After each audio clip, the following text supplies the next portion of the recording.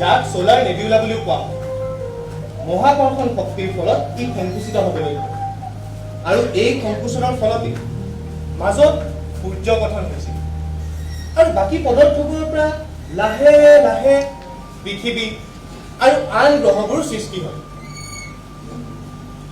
বিজ্ঞানীৰ মতে জীৱৰ উৎপত্তি জলভাগৰ পৰা, যি জলভাগৰ পৰা লাহে লাহে স্থলভাগলৈ গতি কৰে। এই যেনে উদ্ভিদ, কীট পতংগ, উভয়চৰ প্ৰাণী, যিবোৰ জল আৰু স্থল দুয়োতে থাকিব পাৰে। যেনে ভেকুলী। ভেকুলী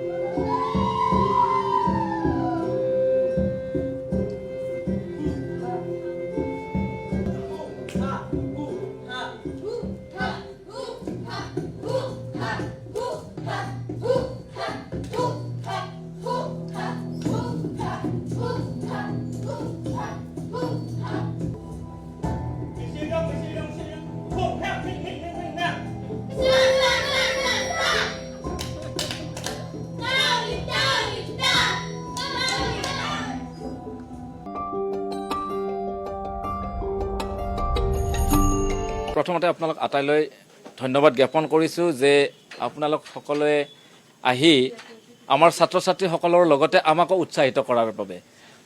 সচিত্ৰপুথি সাংস্কৃতিক গোষ্ঠীৰ উদ্যোগত 15 দিনীয়া কৰ্মশালা অনুষ্ঠিত কৰা হৈছিল আমাৰ দিব্যাংগ নাট্য বিদ্যালয়ৰ বাকৰিত। আৰু এই কৰ্মশালাত এইবাৰ এক বিশেষ এটা বিষয় মই আগত ৰাখি কাম কাজ কৰিছিলোঁ যে আজি মই নিজে ৰাজীৱ খাউদে 18-20 বছৰ ধৰি দিব্যাংগ ল'ৰা ছোৱালীসকলক লৈ নাটকৰ কাম কাজ কৰি আছোঁ। আৰু ইয়াত মই ক'ৰবাত এক পৰীক্ষা নিৰীক্ষা মানে চলাই গৈছোঁ যে তেওঁলোকক কি ধৰণে তেওঁলোকক সমাজৰ মাজলৈ সাংস্কৃতিকভাৱে আগবঢ়াই লৈ যাব পাৰে, সেই দিশটো আগত ৰাখি কাম কাজ কৰি আছোঁ। আৰু এইখিনিতে কিছুমান বিষয় ক'ৰবাত মোৰ মাজলৈকে আহে যে আমাৰ নাটকসমূহত যেতিয়া আমাৰ সাধাৰণ ল'ৰা ছোৱালীসকলক আগবঢ়াই লৈ অহা যায় তেতিয়া নাটকসমূহ কৰে, আকৌ তেওঁলোক গুচি যায়। তাৰ পাছত আকৌ তেওঁলোকৰ মাজত সেই মিলনটো ক'ৰবাত কম হৈ থাকে। আৰু সেই কথাটো মই বহুদিন লক্ষ্য কৰিছিলোঁ। আৰু সেয়ে ভাবি মই এইবাৰ ভাবিলোঁ কি যে এইবাৰ আমাৰ যেনেকৈ সাধাৰণ ল'ৰা ছোৱালীসকলক লৈ আমি যেনেকৈ কৰ্মশালা অনুষ্ঠিত কৰোঁ তেনেকুৱাকৈ এখন কৰ্মশালা অনুষ্ঠিত কৰিলোঁ। আৰু য'ত তাৰমানে দিব্যাংগই হওক আমাৰ সাধাৰণ ল'ৰা ছোৱালীসকলে আহি তাত যোগদান কৰিব। আৰু সেই প্ৰচেষ্টাটো লৈয়ে এইবাৰ আমি 15 দিনীয়া কৰ্মশালা অনুষ্ঠিত কৰিলোঁ। আৰু তাত যিখিনি আমাৰ ল'ৰা ছোৱালী অংশগ্ৰহণ কৰিছে 16জন ল'ৰা ছোৱালী, তাৰ পৰা এখন এই 15 দিনৰ ভিতৰতে তেওঁলোকক লৈ এখন নাটক মঞ্চস্থ কৰা হ'ল। আজি এইখন সফলভাৱে মঞ্চস্থ হৈ গ'ল।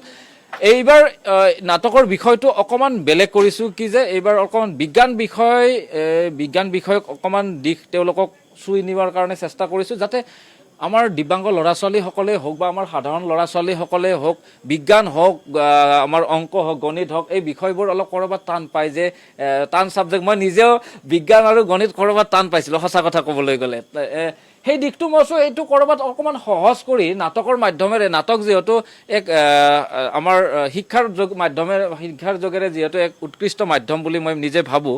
আৰু সেইকাৰণে এই বিষয়টো এইবাৰ আনিলোঁ যে মোৰ নিজৰে এটা কাহিনী ক'ৰবাত খেলি থকা কাহিনীটো মই ইহঁতৰ মাজত বিলাই দিলোঁ, দি যে ল'ৰা ছোৱালীসকলৰ মাজৰ পৰাই তেওঁলোকৰ মুখত অহা সেই শব্দবোৰ লৈ নাটকখন প্ৰস্তুত কৰা হৈছে। আৰু এই নাটকখনত মোক সহযোগিতা কৰিছে ভাস্বতী বৰা, ডিম্পী বৰ্মন আৰু ৰংৰূপা বৰাই। আৰু তেওঁলোকে বহুখিনি কষ্ট কৰিছে আৰু এই নাটকখনত। আৰু এইখিনিৰ মানে আজি কেনেকুৱা পালে ৰাইজে জনাব এই বিষয়টো, কাৰণ মই এটা বিষয় আগবঢ়াই দিছোঁ। কাৰণ ইয়াত এটা বিষয় মোৰ জড়িত হৈ আছে যে প্ৰথম কথা আমাৰ যিসকল ল'ৰা ছোৱালী আছে এই গৰমৰ বন্ধ চলি আছে যিহেতু এই গৰমৰ বন্ধত ল'ৰা ছোৱালীসকলক যদি আমি ঘৰৰ ভিতৰতে ৰাখোঁ, কাৰণ আমাৰ কিছুমান দিশ চাব লাগিব। আগৰ সময় আৰু এতিয়াৰ সময়ৰ মাজত কিছুমান আমাৰ পৰিৱৰ্তন আহিছে। আগত যৌথ ফেমিলি আছিল বা তেনেকুৱা আছিলে, ল'ৰা ছোৱালীসকলে ককা আইতাকৰ লগত খেলিছিল। এতিয়া তেওঁলোকৰ সেই সুবিধা নাই। আমাৰ মাক দেউতাকসকলে ক'ৰবালৈ বৰশী বাবলৈ বা ক'ৰবালৈ পথাৰলৈ নিবৰ কাৰণে সময় নাই। আমি ভাবিছোঁ যে নাটকৰ মাধ্যমেৰে যদি সিহঁতক সেইখিনি ক'ৰবাত আভাসো দিব পাৰোঁ, নহ'লে তেওঁলোকে ঘৰৰ ভিতৰত থাকি মোবাইলত ক'ৰবাত ব্যস্ত হৈ থাকিব, টিভিটো চোৱাত ব্যস্ত হ'ব, সেইটোৱে ক'ৰবাত তেওঁলোকক মানসিকভাৱে কঙা কৰি আনিব। আৰু সেইকাৰণে এই কৰ্মশালা এই গৰমৰ বন্ধত তেওঁলোকক এই কৰ্মশালা অনুষ্ঠিত কৰা হৈছে। আৰু এই কৰ্মশালাৰ 15 দিনৰ ভিতৰতে নাটক এখন প্ৰস্তুত কৰা হৈছে, য'ত আমাৰ 50% দিব্যাংগ ল'ৰা ছোৱালী আছে, 50% আমাৰ মেইন ষ্ট্ৰীমৰ নৰ্মেল ল'ৰা ছোৱালী আছে। তেওঁলোকক লৈ আজি এই বুঢ়া পৃথিৱীখন নাটকখন মঞ্চস্থ কৰা হৈছে। আৰু ইয়াতে এটা ভাল যে আমাক এই নাটকখন মঞ্চস্থ কৰাত ভাৰত চৰকাৰৰ সাংস্কৃতিক মন্ত্ৰালয়ে এক সহযোগিতা আমাক আগবঢ়াইছে নাটকখন কৰাৰ কাৰণে। আৰু সেইবাবে মই ভাৰত চৰকাৰৰ সাংস্কৃতিক মন্ত্ৰালয়ক ধন্যবাদ জ্ঞাপন কৰিছোঁ। লগতে সকলো ৰাইজক ধন্যবাদ জ্ঞাপন কৰিছোঁ। আপোনালোক সকলোকে মিডিয়া পাৰ্চনক মই ধন্যবাদ জ্ঞাপন কৰিছোঁ। আৰু আশা কৰিছোঁ যে আমাৰ আজি এই কথাটো ওলাইছে, আমাৰ দিব্যাংগ ল'ৰা ছোৱালীসকলৰ নাটকত বা মোৰ নিজৰে নাটকত আমাৰ দৰ্শকসমূহ খুব কম। কাৰণ আমি যি কাম কাজ কৰি আছোঁ হয়তো সেইবোৰ সাধাৰণ মানুহৰ মনলৈকে গৈয়ে পোৱা নাই, কাষলৈকে গৈয়ে পোৱা নাই। তেওঁলোকে যে এনেকুৱা ধৰণৰ নাটক কৰিব পাৰে, আৰু সেই বাৰ্তাসমূহ হয়তো আপোনালোকৰ জৰিয়তে সমাজৰ মাজলৈ যাব, আগবাঢ়ি যাব। আৰু এদিন আশা কৰোঁ আমাৰ সমাজৰ মাজৰ পৰা মই যিটো এটা আশা কৰি আছোঁ যে ইয়াৰ পিছত আমাৰ নেক্সট জেনেৰেশ্যন যি আহিব, তেওঁলোকৰ মাজত যাতে মই যিটো শব্দ কৈ আছোঁ সাধাৰণ আৰু দিব্যাংগ, এই শব্দবোৰ মচি এদিন প্ৰত্যেকে মানুহ হিচাপে সমাজৰ মাজলৈ আগবাঢ়ি যাব আৰু এখন শক্তিশালী সমাজ গঢ় লৈ উঠিব। ধন্যবাদ আটাইলৈ।